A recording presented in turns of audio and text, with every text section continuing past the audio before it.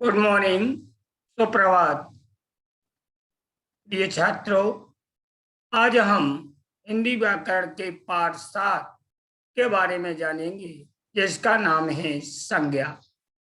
संज्ञा यानी नाम।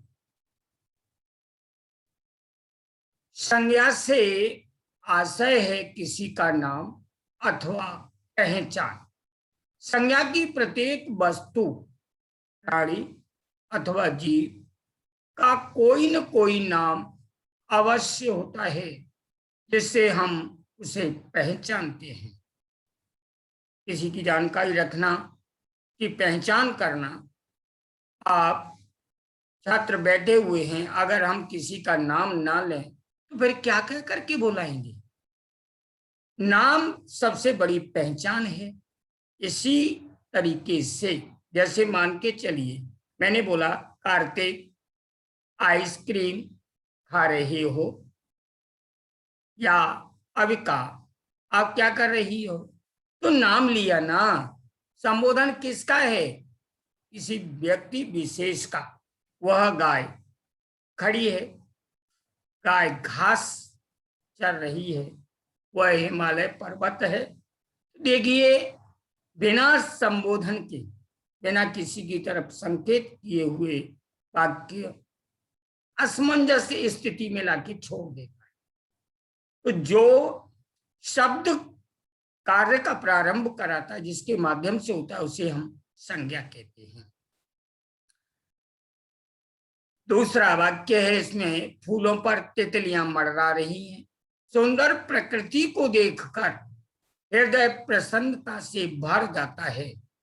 ये उपर्युक्त तीनों वाक्य जो हैं, इनमें रंगीन शब्दों के द्वारा चित्रों में दर्शाए गए व्यक्तियों, वस्तुओं, प्राणियों, वैशाली, आइसक्रीम, फूलों, तितलियां, प्रकृति तथा मन में आने वाले भाव, प्रसन्नता का पता चल रहा है। ये सभी संज्ञा शब्द हैं। संज्ञा के निम्नलिखित भेद होते हैं। संज्ञा के निम्नलिखित या 3 भेद होते हैं। पहला है व्यक्तिवाचक, दूसरा होता है जातिवाचक, तीसरा होता है भाववाचक। व्यक्तिवाचक संज्ञा किसी विशेष व्यक्ति, वस्तु अथवा स्थान के नाम को व्यक्तिवाचक संज्ञा कहते हैं। जातिवाचक संज्ञा जो शब्द किसी प्राणी, वस्तु और स्थान की पूरी जाति का बोध कराते हैं, उन्हें जातिवाचक संज्ञा कहते हैं।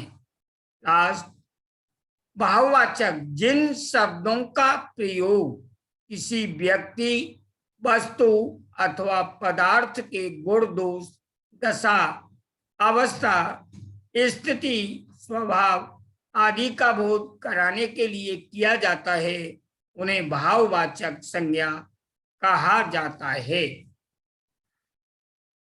इसके बारे में कुछ विशेष आप समझ लीजिए।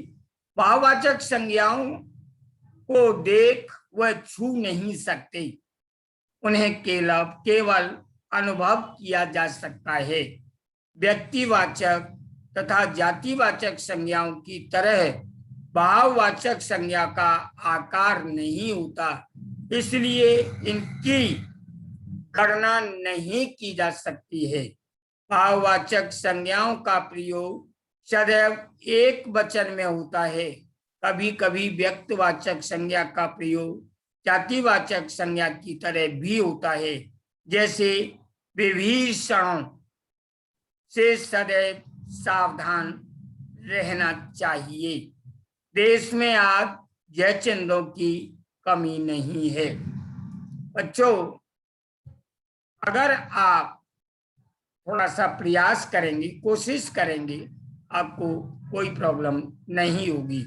जातिवाचक संज्ञा का व्यक्तिवाचक संज्ञा के रूप में प्रयोग, जब कोई जातिवाचक संज्ञा किसी व्यक्ति विशेष के रूप में प्रयुक्त होती है, तब वह जाति का बोध न कराकर व्यक्ति विशेष का बोध कराती है। जैसे पंडित जी देश के प्रथम प्रधानमंत्री थे, तो पंडित जी शब्द क्या है?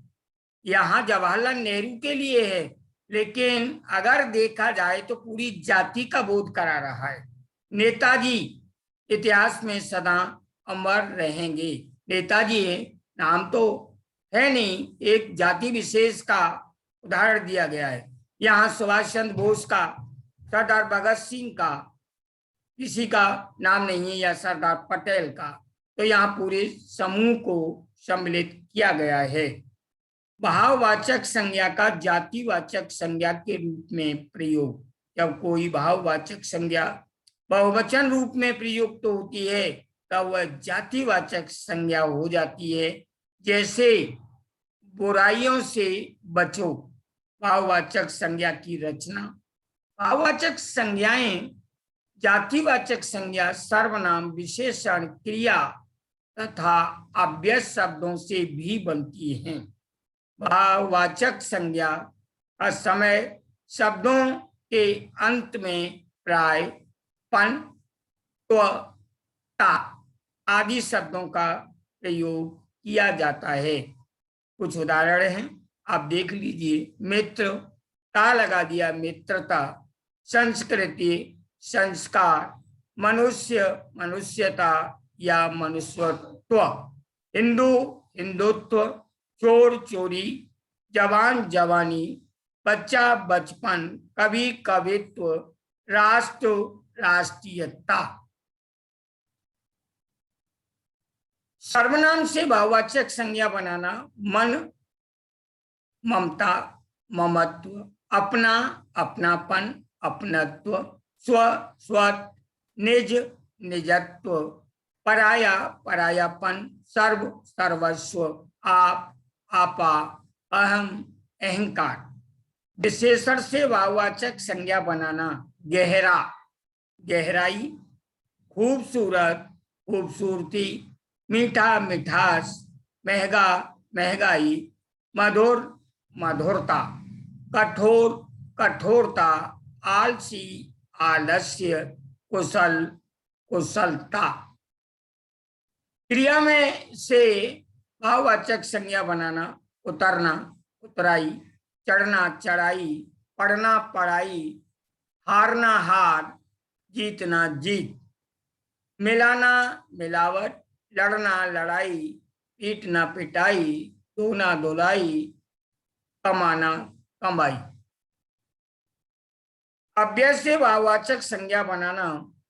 अव्यय शब्द है धिक और भाववाचक संज्ञा है धिक्कार। शीघ्र, शीघ्रता। समीप, समीपता। निकट, निकटता। अंग्रेजी भाषा के प्रभाव से हिंदी भाषा में भी संज्ञा के दो भेद और स्वीकार कर लिए गए हैं। पहला है द्रव्यवाचक संज्ञा और दूसरा है समूहवाचक संज्ञा। वस्तुतः इन्हें जातिवाचक संज्ञा के उपभेद कहा जा सकता है। द्रव्यवाचक संज्ञा किसे कहते हैं? ये देखिए, जिन संज्ञा शब्दों से किसी धातु अथवा पदार्थ का बोध हो उन्हें द्रव्यवाचक संज्ञा कहते हैं। जैसे 1 लीटर दूध ले आओ। दूध क्या है? द्रव्य है। दूध हो, तेल हो, घी हो, तो ये क्या है? द्रव्य हैं। द्रव्य का अर्थ होता है बहना, फैलना। सादा भाषा समझ लीजिए। अब है सोने के दाम आसमान छूते जा रहे हैं, ये भी द्रव्य है, सोना, चांदी। अब सेकंड नंबर, समूहवाचक संज्ञा। जिन संज्ञा शब्दों से एक ही जाति के व्यक्तियों, प्राणियों अथवा वस्तुओं के समूह का बोध होता है उन्हें समूहवाचक संज्ञा कहते हैं। जैसे संतों की मंडली भजन गा रही है। कवियों का समूह आ रहा है। चाबियों का गुच्छा, यही समूह जोड़ना है। आप एक एग्जाम्पल, उदाहरण नहीं, जितने चाहें बना सकते हैं। लिख सकते हैं, लेकिन उसकी नॉलेज आपको होनी चाहिए।